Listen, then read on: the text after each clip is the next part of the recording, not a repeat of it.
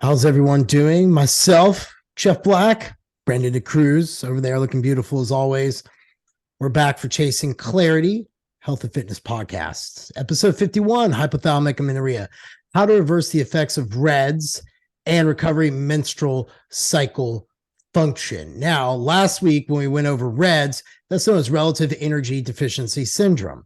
And we had a lot of people reach out to us and really appreciate that podcast. So Brandon decided to dive deep and dig out this topic, and we're going to get into that. He is a little hoarse and a little without his voice right now, so We're gonna make it happen, though. I'm going to go best. ahead and let him knock out his 7 days. Then I can go to mine, so he gets a little recovery before we go to the actual topic. So, with that being said, man, how was your last 7 days, bro? Man, like we were talking off air, my man. It has been a long week on my end. Just really busy with consults, with having a lot of, I obviously do mentorships and a lot of mentorship presentations and things of that sort. A lot of onboarding of new clients and consultations. And at this point, we are at 12 o'clock Eastern time, and I've already done 5 hours of consult. So my voice is starting to leave me. So I'm going to speak minimally unless it's about the topic at hand, because I really want to deliver value. But honestly, overall, this has been just a long week, to say the least.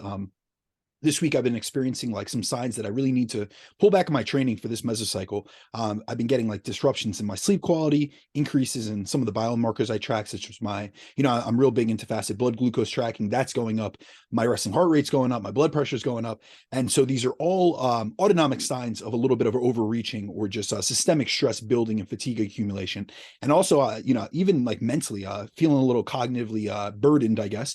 And so I started a deload today to try to mitigate some of that fatigue, dissipate some of that fatigue, honestly, which I'm looking forward to, because I feel trash right now. So it's time to pull back, to be able to launch forward eventually. But other than that, everything's been good. As you mentioned, I received, we both received a ton of positive feedback on last week's episode, especially from our female listeners. So, really, especially because what we've covered this last podcast and what we will cover today is something that a lot of other fitness related podcasts in our niche do not cover. They don't go into the nuances. They don't go into the depths. And really, if you were to listen to a podcast on this, or you went to a presentation on relative energy deficiency in sport, low energy availability, or hypothalamic amenorrhea, it's going to be in the very nuances of physiology. So if you don't have a great breadth and depth of information and knowledge on this stuff, you're going to get lost in the circumstances. I've been there for these presentations, so I very well know. And so we're really going to try to create clarity on that. But I think, one of the biggest pieces of feedback that I received was that, a lot of listeners, it almost provided like a light bulb moment for them, where they realized that low energy availability may have been the reason why they experience issues, especially with our female listeners, such as a loss in their menstrual cycle. So we're really going to go into that. But I'm happy that part one of this series was well received, and I'm looking forward to today's podcast to be able to cover other aspects that we did in last week. But Jeff, how was your week, my man? Dude, lots of good things going on in my world. Saturday, I went to my client friend's wedding, and they're two guys, and it was my first gay wedding since it's been legal. The ones I've been to, they've just been ceremonies and things like that. And it was super cool, man. It was probably one of my friends said it best. It was probably one of the most joyous wedding events I went to. Like, there was a lot of laughter, a lot of it was good. It makes me like look at those two and just be like, man, so there is still some of that like cool intimacy out there, and some of that we're best friends and all things till the end. And I don't know, it was just really well done, and you could tell that the room was full of a lot of people who were big fans of them. So that was nice to have. I switched into like a keto adapted diet. My best looks I've usually gone to that. And, I always tell everybody that not every prep is the same. And I think Brandon can testify to that from competing. And I could just tell that my body wasn't responding to steps. It wasn't responding to carbs up or down. So I just decided to move over into keto and got some movement. So pretty pleased to be back on track. Otherwise, man, last 7 days have been what they've been. Every day is just good to me. I don't know. I was really thinking about that the other day. Like, just life's been very good to me lately. And I have a lot of things I can bitch about. Like, my oldest son's mom took me back for more child support with like 15 months to go after I gave him money for his first car, just stuff like that, that I'm like, I could really let that rain on me. But yesterday I interviewed a massage therapist who was just excited to have an opportunity to work with my members. She's been looking for a break. And so that's cool. So, for every good thing, there's always a bad thing. And I just try to keep my mind on the good stuff. And that's just where I've been focused. So really for me, man, last 7 days just been awesome. I choose to kind of live there. And I tell people, it's energy. I had this conversation with my son this week. And I said, the same energy it takes you at times to be an asshole to people is the same energy it could take you to bite your tongue and be a good person. I was like, and when you figure that out, life gets a lot easier for you. I assure you that Absolutely, my much. man. I go, sometimes silence is just the best answer, Keegan, even if you got a lot to say. Sometimes silence is just the best answer. And he was like, okay, because he's at that age down in middle school, they just trash talk each other and feelings get hurt and all that. I'm just like, bro, like, This is a part of life. let's suck it up. Like, just if you start being God good and cool, you'll probably go further. So, but being a popular kid, it is what it is. But anyway, I'm trying to think of anything else I need to say or announce. Nope, coaching consortium got canceled. The PC next one Is we it being don't. rescheduled? Because you have No, discussed that it's no. completely canceled. Yeah, I'm Okay. actually going to do the iodine and copper class. So I had a lot of people reach out to me and say they were just interested to see what I was going to talk about because they don't ever have classes out there on Mhm. micronutrients. So I decided I'm going to do it as class and sell it and just see where it goes and just Okay. have it there. So I'm sure the other guys can do the same thing. So be looking. Speaking of which, If not, we'll put together a yeah, Chasing Clarity consortium. Let's yeah, get it. exactly. But my other question for you, did you put together your class after the one that you went to? I have not. I have Okay. not yet. Been All working right. on some other stuff in the mix, but that is something that I'm looking into. Actually, I had someone just yesterday, actually, an IFBB pro, Nick Antico, actually took my PowerPoint slides. I had tagged you in this, and he was Yeah. using them with some of his clients to elucidate some of the facts on protein leverage theory and different things that I utilize within the insulin sensitivity class. But that is something that I am interested in doing. Just when I have some extra time, because time is of the essence right now. I'll say that. I agree with you 100%, man. All right. Well, let's get into this, baby. Hypothalamic amenorrhea, how to reverse the effects of REDS and recover menstrual cycle function. So, if you've been, if you're a female or if you're a male coach on the coaching side, if you're actually a female athlete or a female who's done any kind of competitions or any kind of calorie restrictions or massive outputs, and I'm sure we could go down a list of, I think you get the link. The point I'm trying to make, you can have menstrual cycle irregularities, and a menstrual cycle is a sign of a woman's health. Like you It's want actually considered the fifth vital the sign. fit, yeah, you want to have that. You want it to be good and healthy. And some months it's off and you don't know why, and you'll drive yourself crazy, but you want it to be present. You know what I mean? And there for a while, nobody understood it. And then research started kind of showing these things. And then you had the integration of, I like to say, with research with some functional medicine, to be able to understand hormone balancing, what that was really able to do for the coaching space, especially for understanding progesterone in women. If anything, you're always chasing numbers, but I've learned it's really helped women understand, like, lack of a better way of saying, yeah, I know the progesterone steal isn't any better, but when you're trying to explain it to a woman, it does make sense just to understand, like, hey, stress really can damage you hormonally. And when you explain that, like, stress is just robbing them of hormones, they click. And this has come to the surface, what, last couple of years, a lot. Reds with hypothalamic amenorrhea. And you see an explosion on it. You see a lot of different camps on it. You see a lot of different talk on it. But today, Brandon wanted to get in the weeds of, like, the first point we want to talk about is the link between REDS and hypothalamic amenorrhea. So, like, we as an industry understand how we got here. The majority of the OGs, we watched it. We watched people, guys, us try to train women like dudes and do 6, 7 days a week or 2 a days and all these other things, and found out, well, that created a lot of problems. So you're kind of seeing some of the mess being cleaned up, and that's where you see some of the functional medicine, some of the other stuff starting to come into play. Albeit, I do think that as a person who does a lot of that, I think there's still a lot of unknowns, and I don't chase unknowns. I chase symptoms, and that's two different things. That's a whole nother conversation we could go down. But anyway, we wanted to really talk about this because it's been a hot topic, and a lot of people are confused about it, and a lot of people don't understand the key functions that's behind these problems, or the key pillars, I guess would be a better way of saying that. So with that being said, B, what is the link between REDS and hypothalamic amenorrhea? All right. So on last week's episode, we covered the topic of relative energy deficiency syndrome and the many unfavorable effects that being in a prolonged state of low energy availability can have on both the female and male physiology. And these effects include impairments to various aspects of our health, including our growth and development, our metabolic rate, our metabolic hormones, our immune system function, our bone health, our endocrine function, our GI function, our sex hormone production and reproduction. And then the menstrual cycle function, which is one of the most common female specific issues women experience during extended states of being in low energy availability.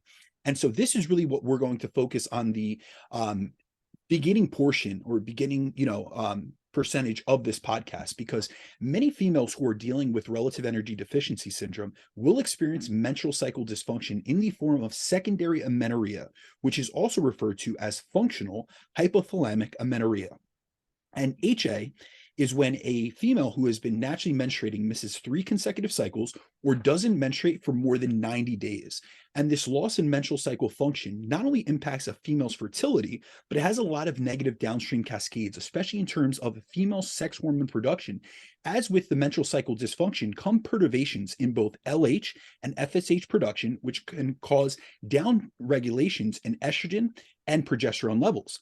Now, the reason why this form of secondary amenorrhea is referred to as functional hypothalamic amenorrhea is because it's a functional condition, which what that means is it's brought on mostly by someone's decisions in their lifestyle, such as their nutritional intake, their dieting history, their training habits, their exercise habits, their focus or lack of focus on recovery and refueling, as well as their stress levels. So this is something that, just like this is functional in which we can induce it upon ourselves, we can also reverse this. So it's within our control. So it's really important to realize this isn't a condition that's irreversible. And that's really what we're going to discuss today.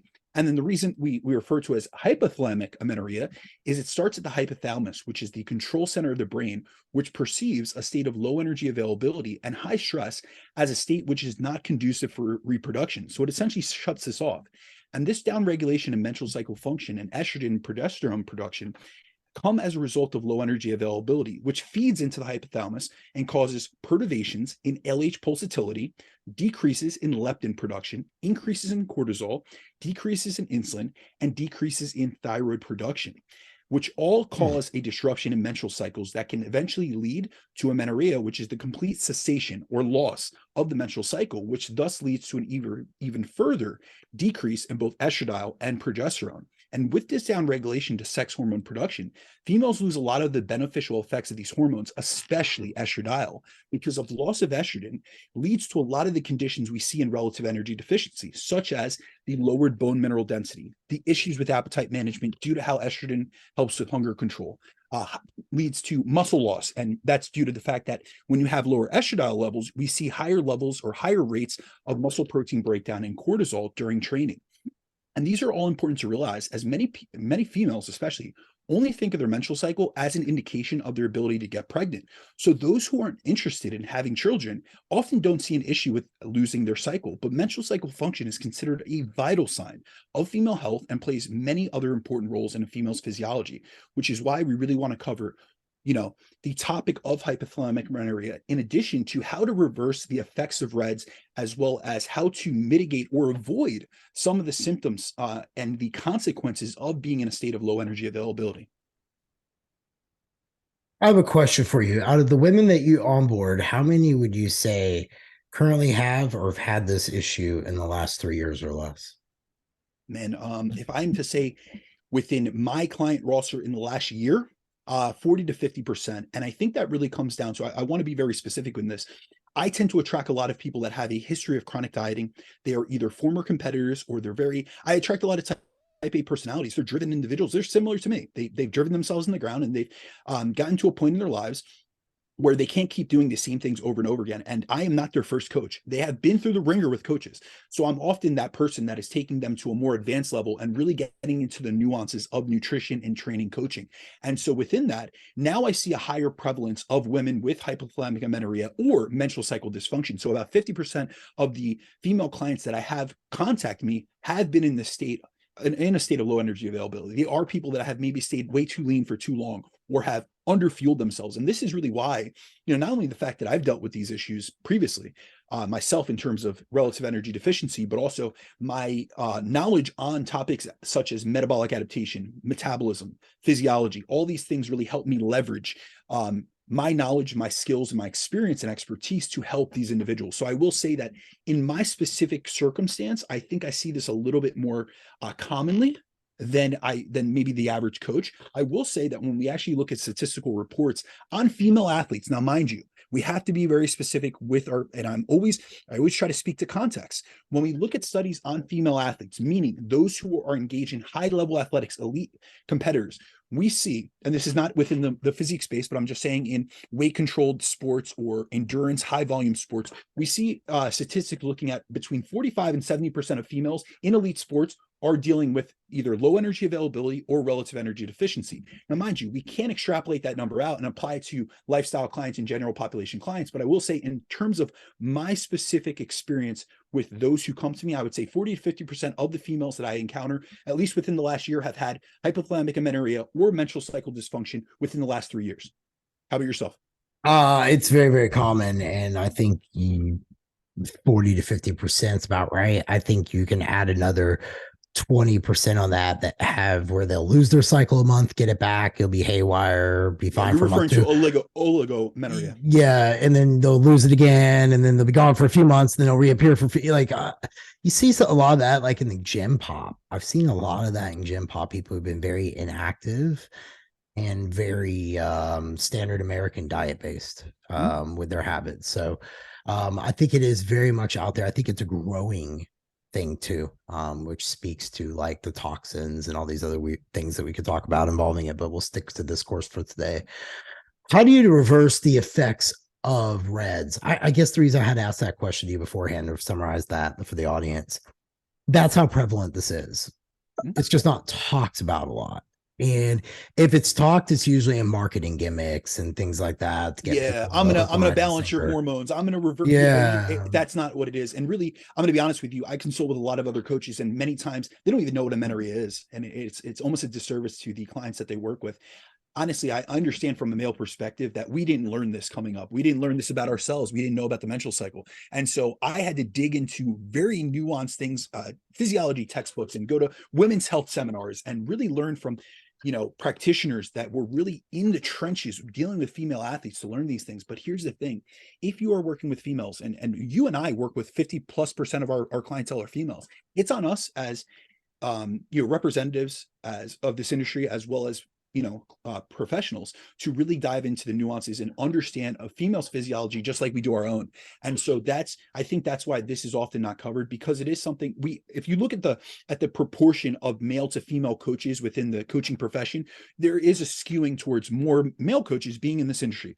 It's been something since the dawn of this nutrition coaching industry. It was pretty much male dominated. And so within that, a lot of times it was males coaching males, and then males coaching females like males. And that was a big issue that we had. So I think that a lot of people don't touch on these topics because they either don't have the experience with them, they don't have the knowledge on the topic itself, or they just tend to almost, sometimes we bury our heads in the sand instead of getting in deep and dirty with things that we aren't comfortable with, we don't have experience with, and we really need to learn. And that's, I always say this, that the reason I've never niched myself down is because I wanted to learn through experience, as well as I wanted to have clients with cases that challenged me to learn. Because if I didn't have females that came to me with this years ago, I would have never had to learn this, but I did. And so I did learn this. And then now I've been able to help so many countless other individuals. Mm-hmm. And it's not only from like a physique transformation perspective. Yes, I've been able to help their body composition. I've been able to improve their training performance. I've also been able to improve the quality of their lives. I've been able to help people get pregnant. I know that Aaron, one of your coaches, is huge on that fertility. And this, this is part of, that entire,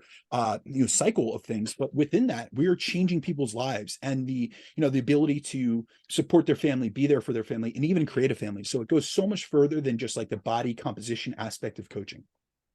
Yeah, and I think that fertility, I talked about this and at Tampa. I think fertility is going to be like one of the number one drivers of what our industry is in the next 5 to 10 years. And understanding like blood sugar, insulin, all those hormones, all this stuff will matter, especially when you have people who are already screwed up that you're trying to sort and tease out.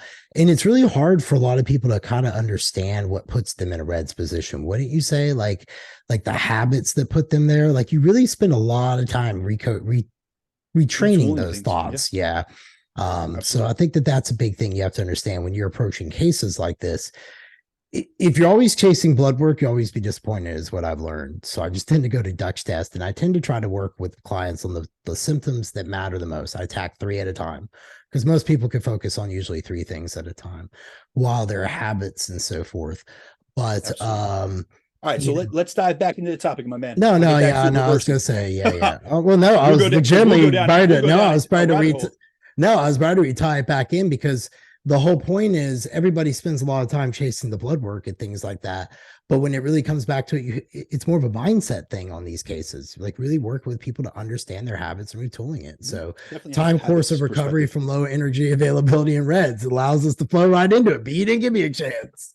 All right. So yes, when it comes to how to reverse, reds and the symptoms of low energy availability, the best approach to reversing the effects of reds is one that has a multifactorial component to it, meaning we need to address the several bottlenecks leading to relative energy deficiency syndrome. And in order to do so, we will need to increase energy availability. We will need to increase nutrient density and micronutrient intake. We'll need to dial in nutrient timing and avoid any long gaps without eating. We're going to probably want to look to modify training and lower high intensity exhaustive exercise.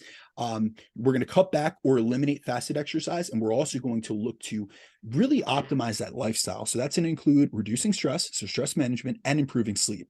And seeing as the main underlying cause of REDS is low energy availability, the first line strategy for the treatment of REDS is to correct the energy deficiency nutritionally by increasing energy availability so that we're back in a state of sufficient energy availability.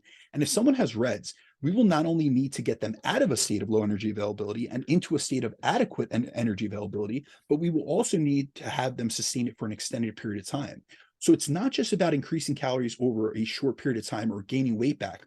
If it's not, if that's being done through the typical, kind of like a lifestyle client approach, which is you diet all week and then you overeat on the weekends, as what that will do will essentially put us in a place where we're in a deficit or we're in a state of low energy availability throughout the entire course of the week and then in a massive surplus during the weekends.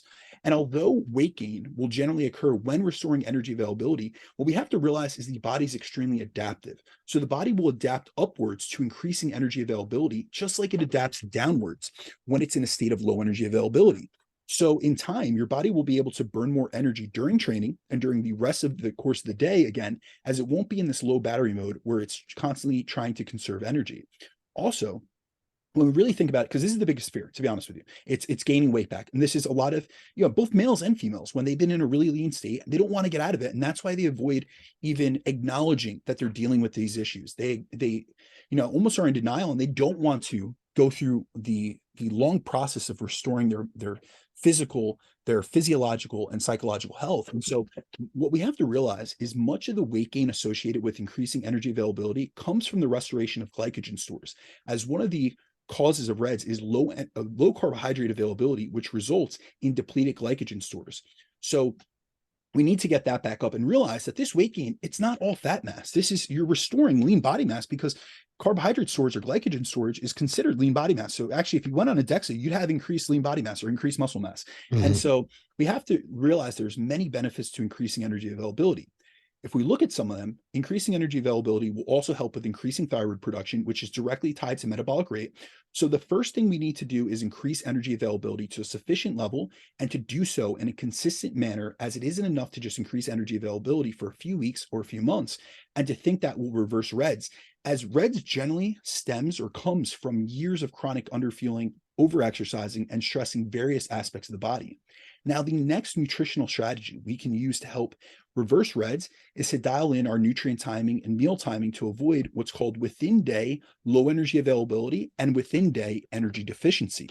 So, how we distribute our energy intake over the course of the day is an extremely important yet overlooked component of nutrition. But it's not enough to just get enough calories in by the end of the day, because if you're going through long periods of time without eating and then making up for it by eating a ton at one or two occasions in the day, you're putting yourself at a disadvantageous position.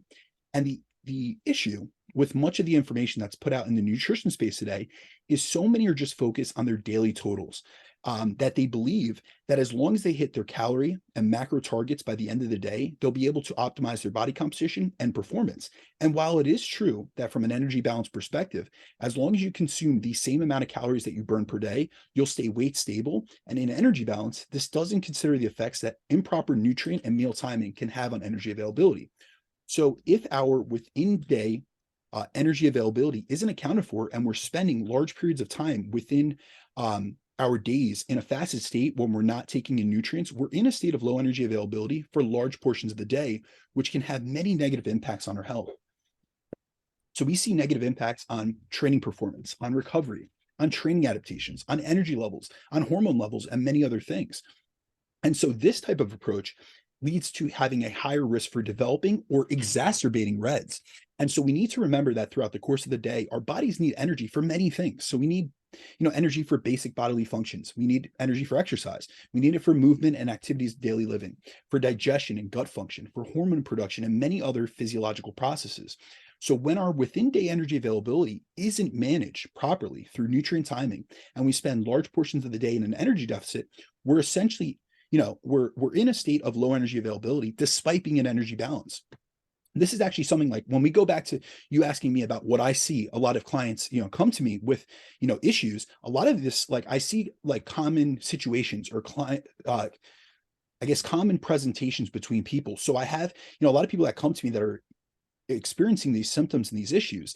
It's those who train early in the morning in a fasted state and don't utilize the principles of peri-workout nutrition. So essentially, a lot of them, what I'll notice when we go through a consultation or I get an intake from them is they'll train fasted and then they're rushing off to work or to their responsibilities of the day, and then they don't eat for long periods of time around their training. So this keeps their body in this catabolic state of breakdown.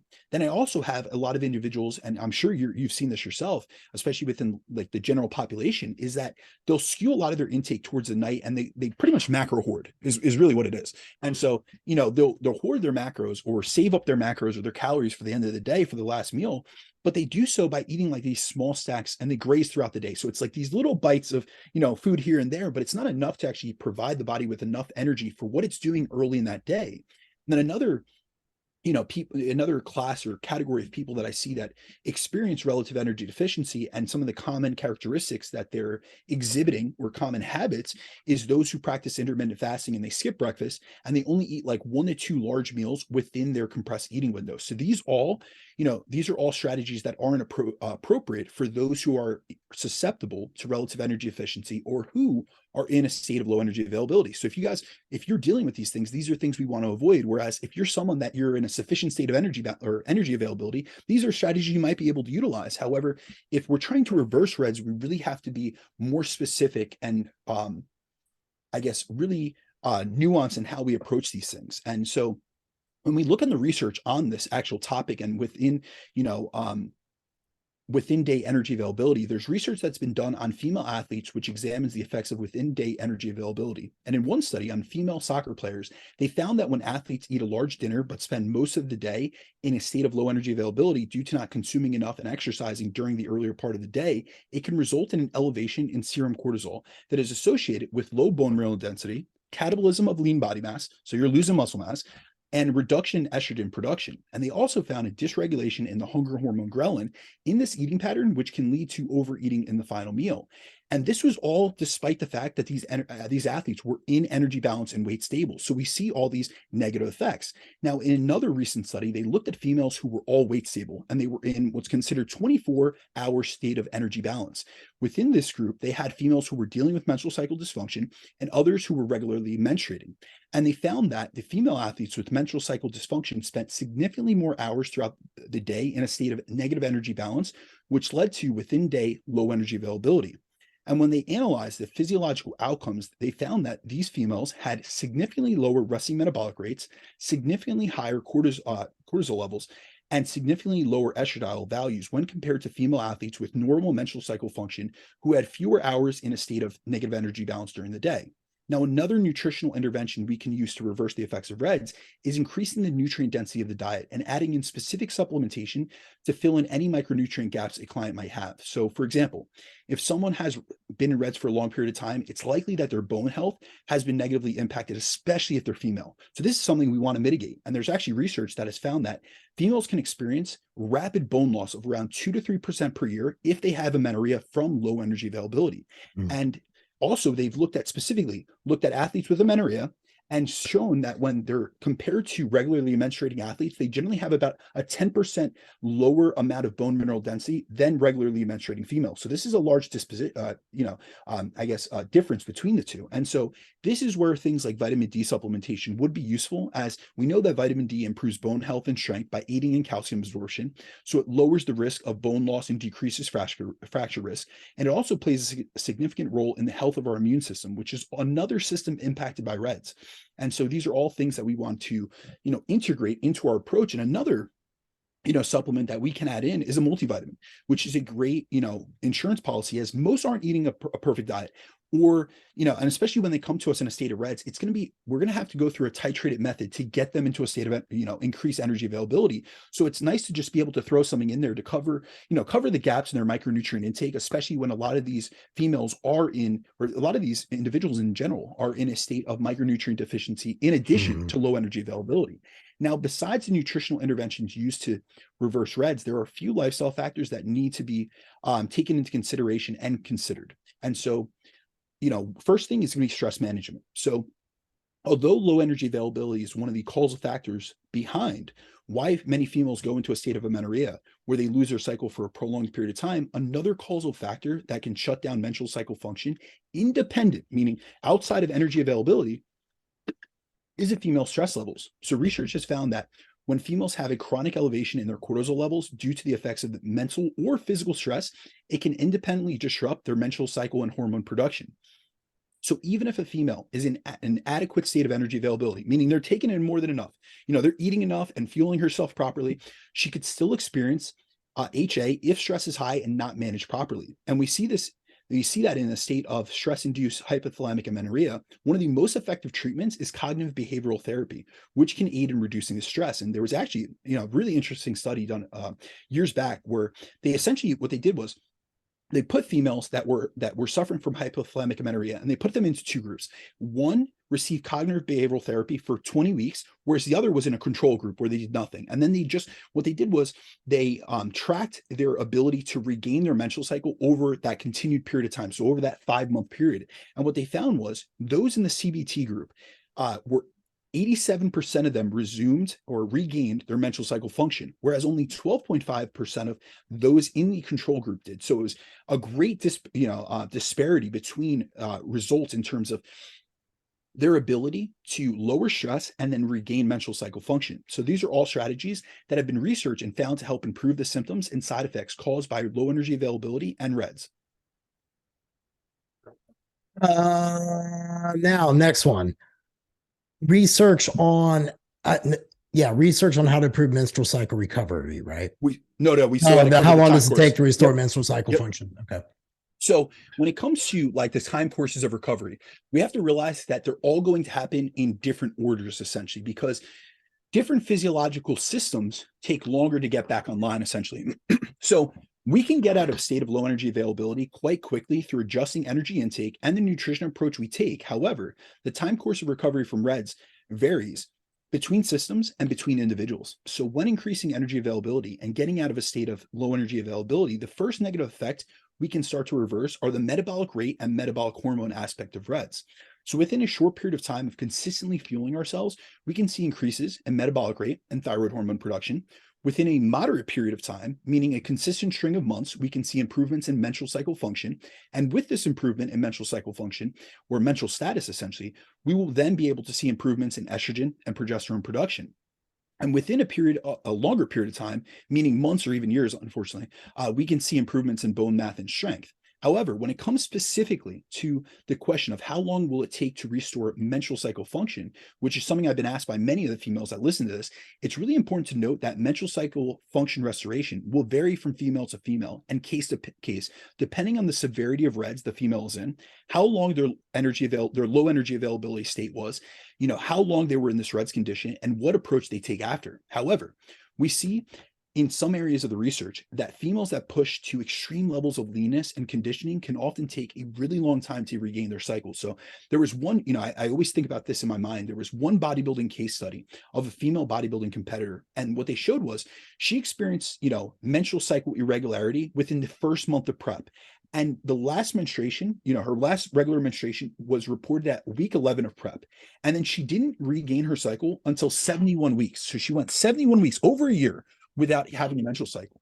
And so it's important to realize how client and case specific it is to regain full menstrual cycle function between females, especially at the extremes when dealing with competitors and athletes who are more likely to experience this than lifestyle clients. And I'll tell you from my own experience, I've had competitors who I've won overalls with and they never lost their cycle. And then I've had clients who have lost their cycles towards the tail end of prep and got it back after a month. But then I'm going to be honest with you guys. I've had former competitors come to me who have went years without regaining their cycle. And with these individuals, I've seen it take anywhere from 3 months to 12 months to get their cycle back. Yeah. So for instance, I had a female physique competitor and she was a pro. She went 7 years without a menstrual cycle. And it was around month 12 or 13 that we finally regained her menstrual cycle after being in a state of sufficient energy availability.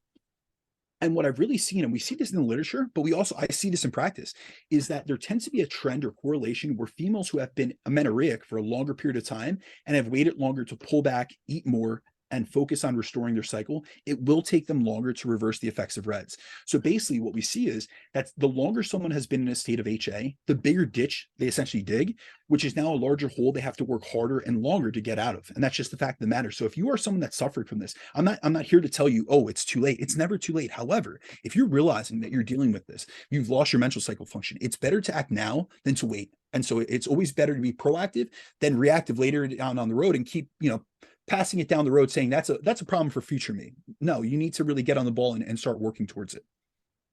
I'm glad you said that about the differences in times, because I've seen that too. I've seen some girls go all the way through, never lose it. Some lose it for a second, comes right back, and then some it's like, holy shit, where did that go? 100%. And you're trying to figure it out forever. So it's very individual. It's not always the coach's fault. And we're going to tell people that. We're going to go over a study shortly where you're going to see that. And so you have to realize a lot of people, they want simple solutions. They want shortcuts. And that comes in all aspects of our industry, unfortunately. So people want a 12-week transformation or an 8-week fat loss phase or get shredded in 8 weeks or 6 weeks, whatever it may be. They also want to reverse these effects that have taken years to accumulate in the course of 3 months. And that's really just unrealistic for most part. And we see that, I'll tell you that in practice, but also I'll tell you that in terms of what the research says as well. I agree with you there. So what is the research on how to improve your menstrual cycle in terms of recovery? All right. So when it comes to research on how to improve menstrual cycle recovery, we actually just had a study published in 2021, which took some of the top researchers in this field 10 years to complete. So I really wanted to cover this study because I was hearing about this study coming out even since the IOC released their consensus statement in 2014. Now, mind you, it took another 7 years to get here. So we were waiting a long time. However, this was a randomized control trial looking at the effects of increasing energy intake on females' menstrual cycle recovery. And this study was done on exercising females. So this is really specific. It has a large amount of ecological validity to those in our audience. So this is why I really wanted to particularly cover this study. But what they did was they took exercising females who had been identified to have menstrual cycle disturbances, which could include 2 different things. So it could either be amenorrhea, which is the complete loss of the cycle, or oligoamenorrhea, which is essentially infrequent cycles, so elongated cycles.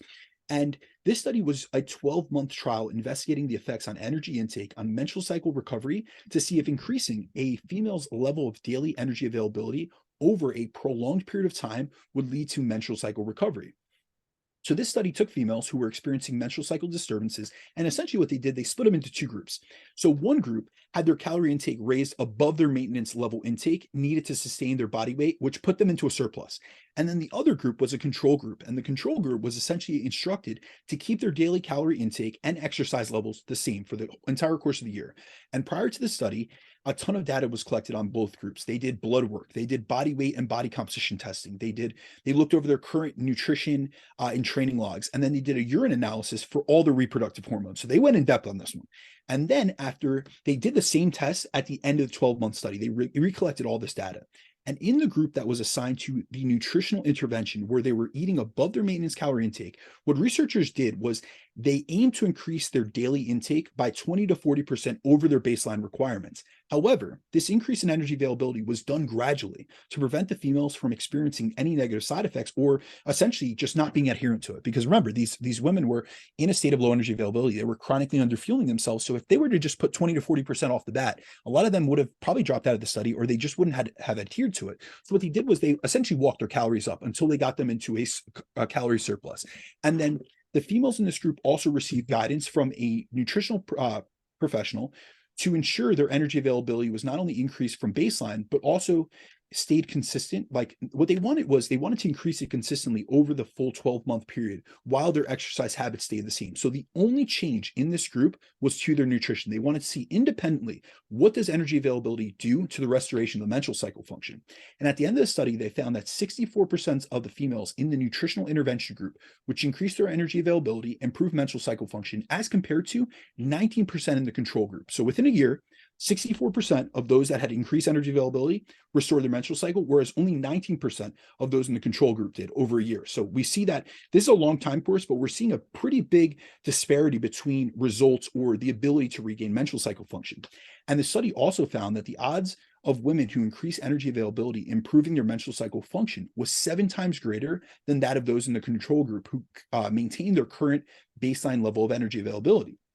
Now, when we look at the daily energy intake increase in those who were in the nutritional intervention group, we see that the females in this group average a 330 calorie increase in their daily calorie intake, and that was sufficient to help induce menstrual cycle recovery in many of them. So this isn't like a massive increase. This could be like an addition to one of your meals, or a secondary snack or something. In addition, it wasn't like this massive surplus, but it was effective in many of the females. But another aspect that's important to realize is that although a modest increase of these 330 calories was enough to restore menstrual cycle function in almost 2/3 of the females in this group, there was still another third that did not completely recover their menstrual cycle, which demonstrates that reversing HA and restoring menstrual cycle function can be highly variable between females, as some females may need to increase calories even more and pull back on high intensity exercise, which is not something they did in this trial. So they might need more than 330 calories, or they might need to reduce, their training intensity to get them into a state of higher energy availability, or it may have taken longer than 12 months. So say this trial went 18 months. Maybe that would have been enough for 80 or 90% of these females to regain their menstrual cycle function that were in that increased energy availability group. But we won't know because the study only went 12 months. However, it is really important to realize that there is no one quick fix. There's not a simple answer. This is something we really have to work through and really realize that it's going to take time, and you need to be patient. And you also need to really reflect back on what led you here. And, if it was a very long period of chronic undereating, you've been 3, 4, 5 years of underfueling yourself, you can't expect that just in the course of 3, 6, even 12 months, you're going to restore this. We're going to work our best towards it. However, you have to be really patient to get back. For every gimme, there's a gotcha. And sometimes that gotcha is time invested. I agree 100%. So then let's summarize this real quick to get this one buttoned up real good. What are the things to avoid when recovering from REDS? We have stress, we have low calorie diets, we have probably boot camp classes and HIIT and things like that. But are there any other nuances that people, like those those assassins that kind of get people that they're not thinking about? We have any Absolutely. of those, or any points you'd like to bring up that the research might show on on this topic? Absolutely. So there are several things those who are looking to recover from either relative energy efficiency or amenorrhea should aim to avoid. So the first thing is we need to avoid entering a weight loss phase where you're eating in a calorie deficit, as the number one thing that we need to ensure is sufficient energy availability to reverse REDS and improve menstrual cycle function.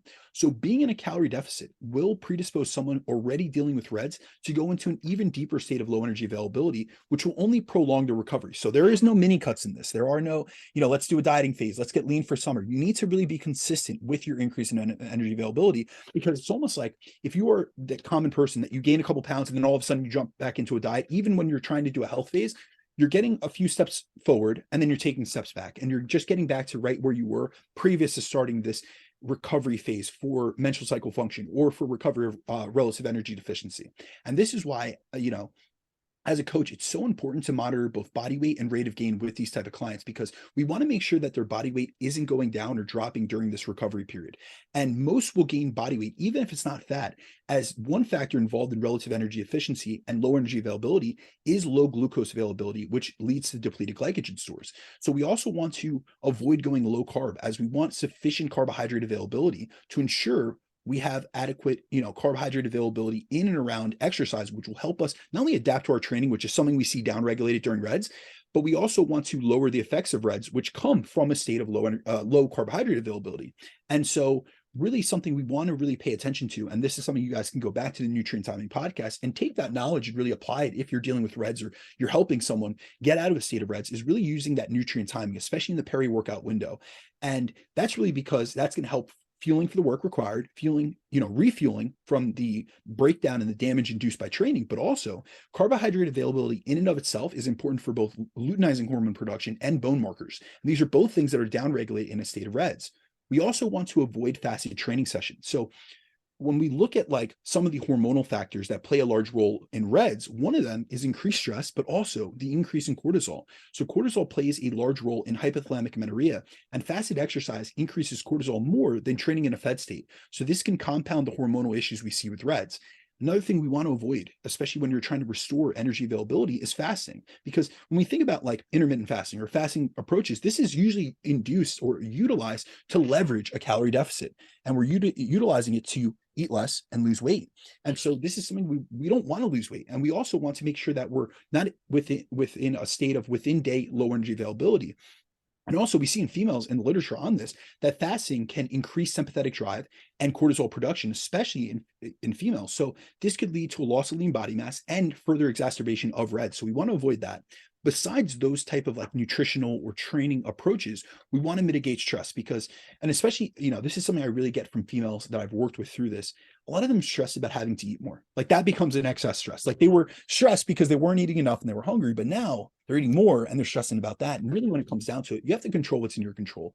And now you're trying to reverse some of these negative adaptations that your lifestyle or your choices or your decisions have induced upon yourself. However, stressing about eating more will only further exacerbate the symptoms and impair your nutrient partitioning. So we're going to see down regulations in insulin sensitivity. We're going to see increases in blood glucose. We're going to see, increases in cortisol, which are going to skew your lean body mass retention.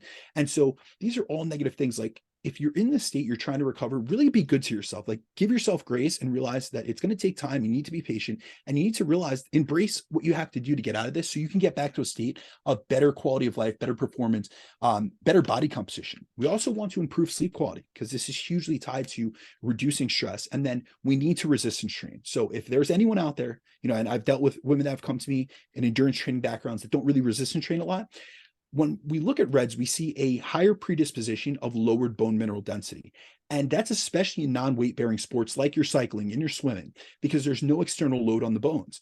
So between the combination of insufficient energy availability and lack of loading, this is a recipe for disaster when it comes to bone mineral density. So we want to be loading our skeletal system. We want to be engaging in weight training. This is going to, especially for those that are female, first and foremost, those in REDS or those in like the perimenopause period. We want to reverse some of these negative aspects of lowered estradiol production, which has decrements to bone health and bone mineral density. And then overall, really what we want to do is realize that energy balance and energy availability are both equally important. So we want to consider total calorie intake or total daily intake and how we spread that intake over the course of the day. We want to avoid long periods of time without food, and we want to eat enough throughout the day, both in terms of around training and then avoid large gaps of time when you're not training or when you're not eating, because that's only going to predispose you to a lot of these symptoms. And so really when it comes down to it, there's a lot of nutritional, a lot of training, a lot of lifestyle, factors and habits that we really need to dial in to be able to reverse either it being relative energy deficiency or hypothalamic amenorrhea. And it really takes a multifactorial approach. There's not just one method that's going to reverse this all or rectify this. And really, when we think about it, the reason that people get into this state is a combination of factors. So it's insufficient energy intake, it's overexercising, it's underfueling, and then it's also the high levels of both physical stress and then usually mental and emotional stress. So we can't just isolate one in one silo and say, oh, we're just going to increase energy availability and that's going to restore everything else. But I'm going to keep my training load super high. I'm going to keep my stress high and not work on anything else. If you guys really want to rectify this, this is why coaching goes, I always say this, coaching is far more than just the X's and O's of nutrition in terms of macros and calories, and then for training, sets and reps. This is a full lifestyle approach. We have to consider the physiology and the psychology and blend and take an approach that blends both and considers both to really optimize our outcomes, especially when we're dealing with some of the negative adaptations that have been induced from dieting or from underfueling and some of these things that we see in a state of relative energy deficiency. Well, dude, well, where can everybody find you? Thanks for hanging in, because I know you don't feel good. So, or you're not that you don't feel good. Your voice is all screwed up from talking so much. Absolutely. Never a hassle, my man. You guys can feel free to reach out to me at @BrandonCruz_ on Instagram. If you guys ever have questions or you have any follow-up info that you want on this topic, please let me know. Always appreciate your support. Please like, comment, and subscribe and share the show, because we really do appreciate that. That helps us get this no-cost content out to a much larger audience and really help to empower people through education, which is our ultimate goal. Jeff, where can they get you? They can get me, Jeff Unbreakable Black, on IG. I am now blue checkmarked. Wow. I know. Holy Lord, you're a person of prominence. Let's go. Guess. How did you get that, my man? They prompted me, asked me if I want to do it, verify. I said, okay. So I was like, all right. And then the other where is YouTube, Relentless Forever. I'm on there with my team. I really enjoy stuff. I'm actually doing a video shooting it here in a couple weeks, going over some of my keto stuff I do. And to summarize, before you guys ask me, I would not do keto in anything we discussed today. So I'm just gonna go ahead and say, you'll never find this as an example I would use. It's not that this wouldn't happen. I was meant to say it earlier, but Brandon was in flow and I don't disturb that. But I'm just doing a video on that to summarize. Well, we have to realize, and I get a lot of questions about this, because obviously I get a lot of questions regarding metabolic adaptation, about a lot of these downregulated states, about specific to body composition or training adaptations or fueling performance. And so sometimes people put me in a carb camp, but really I've utilized keto with people. It's just that it's the right tool for the right job. And so within that, as practitioners, as coaches, as people in the trenches, we have to realize that there's times that there's a really effective tool, but it doesn't suit the client that we're working with. So if you guys are in a state of relative energy deficiency, if you're dealing with hypothalamic amenorrhea, if you're seeing menstrual cycle disturbances, if you've been in a state of low energy availability, keto or intermittent fasting, or dieting in general, to be honest with you, I work with a ton of people that come to me for fat loss. If you're in this state, I'm not putting you in a fat loss diet, even if it's the most dialed in fat loss diet possible. And so what we have to realize as coaches, we have a large toolkit and we have all this knowledge and experience and applicable skills that we've gained. But just because we know how to do something and know how to utilize something, and just because we may favor an approach. So Jeff, right now you're utilizing keto with a lot of clients. If it doesn't fit what they're dealing with, and it's not the blend between what's optimal and what's practical for that specific client and their case and what they're dealing with, we're not going to utilize it, even if it's something we find effective, because effective for one type of clientele is not effective for another. So it's really, this is what real coaching is. It's realizing what's necessary and what's beneficial for the exact and specific individual that we're working with. I agree. I just want to address that because I figured I'd get questions about it. Be like, oh, do you use keto? No, I do not. You need carbs in these situations. But that's where you can find me. I've been doing some cool video content on there. You guys give me some opinions, feedback. I appreciate it. But B, man, I hope you have yourself a great day. I hope it's beautiful weather where you're at. It's a beautiful 60 degrees and amazing sunlight here in Nashville, Tennessee at this time. All right, my man. Enjoy. All right, dude. Take care, bud. Bye-bye.